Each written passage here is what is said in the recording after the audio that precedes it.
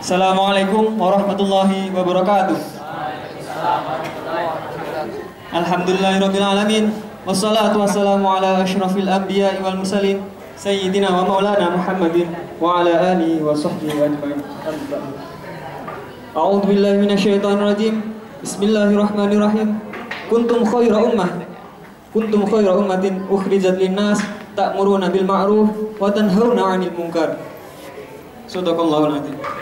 Pertama-tama marilah kita selalu sampaikan rasa syukur kita ke hadirat Allah Subhanahu wa taala yang telah memberikan kita begitu banyak nikmat, dan nikmat yang terbesar yang kita rasakan saat ini adalah nikmat iman dan nikmat Islam. Karena dengan nikmat itulah kita semua bisa hadir dan berkumpul dalam majelis yang insyaallah dimuliakan Allah ini. Salawat serta salam semoga selalu kita sampaikan dan kita haturkan kepada uswatun hasanah kita, sang murabbi sepanjang zaman kita, yaitu Nabi Muhammad SAW.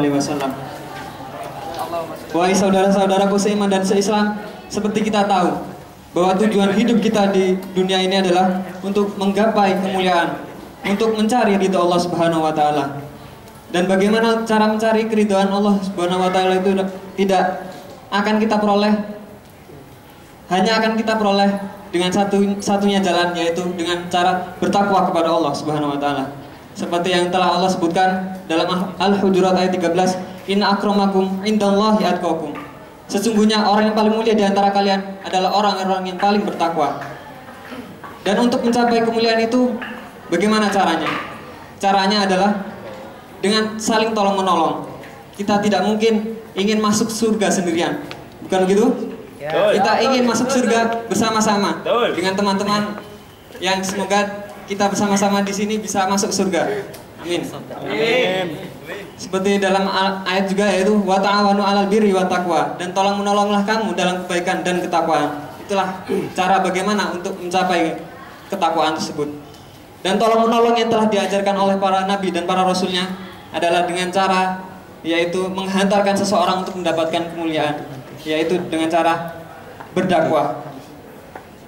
Berdakwah adalah, asal kata dakwah adalah da'ah, yaitu mengajak. Maksudnya adalah mengajak untuk melakukan kebaikan dan juga mengajak untuk menjauhi kemaksiatan ataupun dosa.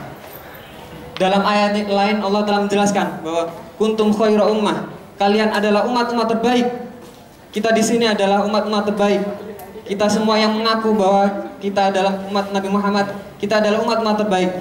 Umat terbaik tersebut tidak hanya bagi para ulama, tidak hanya bagi para ustadz, dan juga tidak hanya bagi para kiai, namun juga semua golongan bisa dan berhak untuk mendapatkan gelar, yaitu sebagai khayra ummah. Dari para pengamen hingga para presiden, dari pejabat, dari rakyat hingga pejabat, semua berhak untuk mendapatkan gelar, yaitu sebagai khayra ummah. Namun bila kita lanjutkan ayat tersebut, syarat untuk menjadi khayra ummah adalah ta'muruna bil ma'ruf, yaitu menyeru kepada kebaikan, wa tanhauna 'anil munkar, dan mencegah kepada kemungkaran. Itu adalah ciri-ciri yang harus kita lakukan biar agar mendapatkan gelar, yaitu khayra ummah. Jadi kita sebagai mahasiswa bisa mendapatkan gelar khayra ummah baik dengan cara berkontribusi di LDJ, berkontribusi di JMMI atau yang lainnya, dan juga bagi teman-teman yang mungkin di ormawa lain, semua bisa melaksanakan dakwah. Karena intinya dakwah adalah melaksanakan, menyeru kepada kebaikan dan mencegah kepada kemungkaran. Bagi teman-teman yang di LDJ mungkin bisa mengadakan kajian-kajian yang bertemakan tentang Islam. Bagi teman-teman yang ormawa yang di luar mungkin bisa dengan berdakwah, yaitu ketika rapat mungkin bisa mengajak teman-temannya, ketika terdengar azan bisa mengajaknya untuk sholat bersama. Bagi para dosen ataupun karyawan mungkin ketika mendengar azan juga bisa mengajak para mahasiswanya untuk bersama-sama ke masjid. Itu adalah inti dari dakwah yang bisa dilaksanakan semua golongan, semua orang. Kemudian kita juga melihat dalam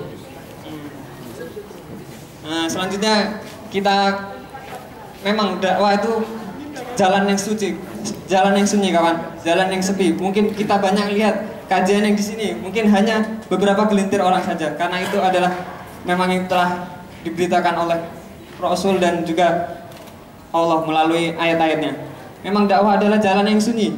Begitu banyak kajian-kajian yang telah digelar oleh LDJ maupun JMI, namun semua hampir banyak yang isinya adalah pesertanya lolo itu aja.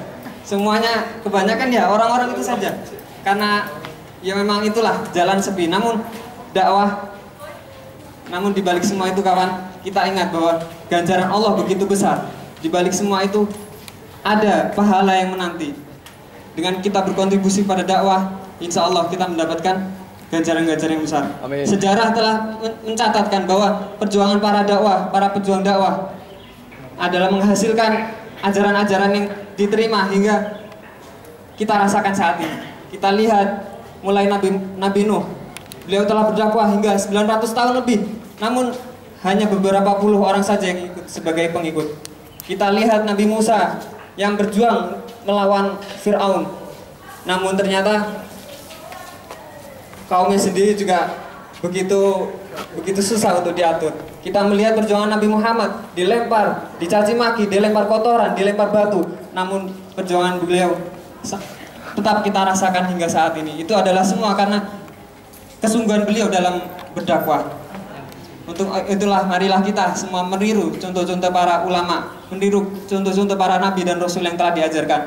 Karena kita ingin bahwa dakwah ini tidak hanya selama kita hidup saja, namun kita ingin bahwa dakwah bisa terus jalan hingga akhir hayat kita, bahkan hingga akhir zaman. Mungkin cukup sekian dari saya. Semoga kita bisa meniru para ulama, para rasul dan juga para nabi. Terima kasih. Wassalamualaikum warahmatullahi wabarakatuh. Waalaikumsalam. Takbir. Allahu Akbar. Takbir. Allahu Akbar. Takbir. Allahu Akbar. Syukran untuk Zaki atas penyampaiannya.